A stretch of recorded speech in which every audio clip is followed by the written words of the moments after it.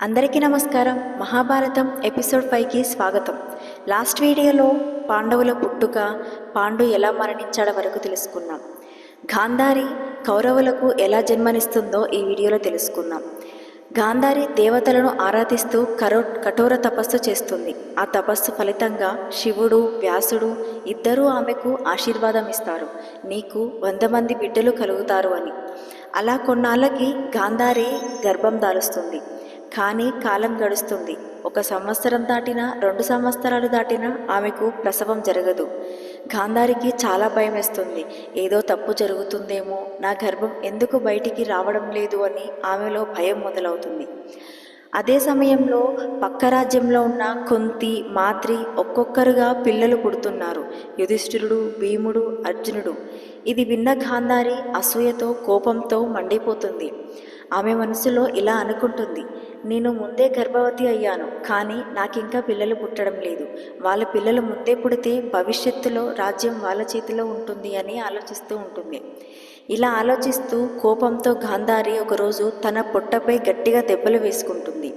దాంతో గర్భం ఒక్కసారిగా గట్టిగా మాంసపు ముద్దలా బయటికి పడుతుంది. ఆ దృశ్యాన్ని చూసి ఆమె చాలా భయపడుతూ కన్నీళ్లు పెట్టుకుంటుంది. నేను దేవతల వాక్యాన్ని నమ్మి ఇంతకాలం ఆశపడ్డాను, కానీ ఇప్పుడు ఇది నా దురదృష్టమా అని చాలా బాధపడుతూ ఉంటుంది. అప్పుడే వ్యాస మహర్షి అక్కడికి వచ్చి ఇలా చెప్తాడు గాంధారికి, గాంధారి, నువ్వు భయపడద్దు. ఈ మాంసపు ముద్దని 100 మంది పిల్లలుగా నేను తయారు చేస్తాను. ఇది దైవం యొక్క నిర్ణయం అని చెప్తాడు. వ్యాసుడు అప్పుడు ఆ మాంసపు ముద్దను 101 ముక్కలుగా కట్ చేస్తాడు. ప్రతి ముక్కని వెన్నతో పూత పూసిన పెద్ద పెద్ద కుండలలో పెట్టి మూతలు వేసి రహస్యంగా నిల్వ ఉంచుతాడు. 1 సంవత్సరానికల్లా ఈ కుండల నుంచి నీకు పిల్లలు పుడతారు, నీ కోరిక నెరవేరుతుంది అని గాంధారికి చెప్తాడు. అలా 1 సంవత్సరం తర్వాత గాంధారికి 100 మంది పిల్లలు, అలాగే ఒక అమ్మాయి, ఆమె పేరు దుశ్శల. వీళ్ళందరికీ జన్మనిస్తుంది గాంధారి. మొదటిగా పుట్టేవాడు దుర్యోధనుడు. అతను పుట్టిన క్షణం నుంచి వింత శకునాలు కనిపిస్తాయి. గాలి ఒక్కసారిగా గట్టిగా రావడం, జంతువులు గంభీరంగా అరవడం మొదలవుతాయి. గాడిదలు, గద్దలు వింత శబ్దాలు చేస్తాయి. రాజ్యంలోని జ్యోతిష్యులు, మహర్షులు చూసి ఇలా చెప్తారు, ఈ పిల్లవాడు రాజ్యం మొత్తం వినాశనం చేసేవాడు, వెంటనే ఇతన్ని వదిలేయండి అని ధృతరాష్ట్రునికి చెప్తాడు. కానీ ఆ మాట విని ధృతరాష్ట్రుడు ఒప్పుకోడు. ఇన్ని రోజుల తర్వాత నాకు మొదటిగా పుత్రుడు జన్మించాడు, నేను ఇతన్ని వదులుకోలేను, ఇతడే నా కుమారుడు అని అతన్ని స్వీకరిస్తాడు.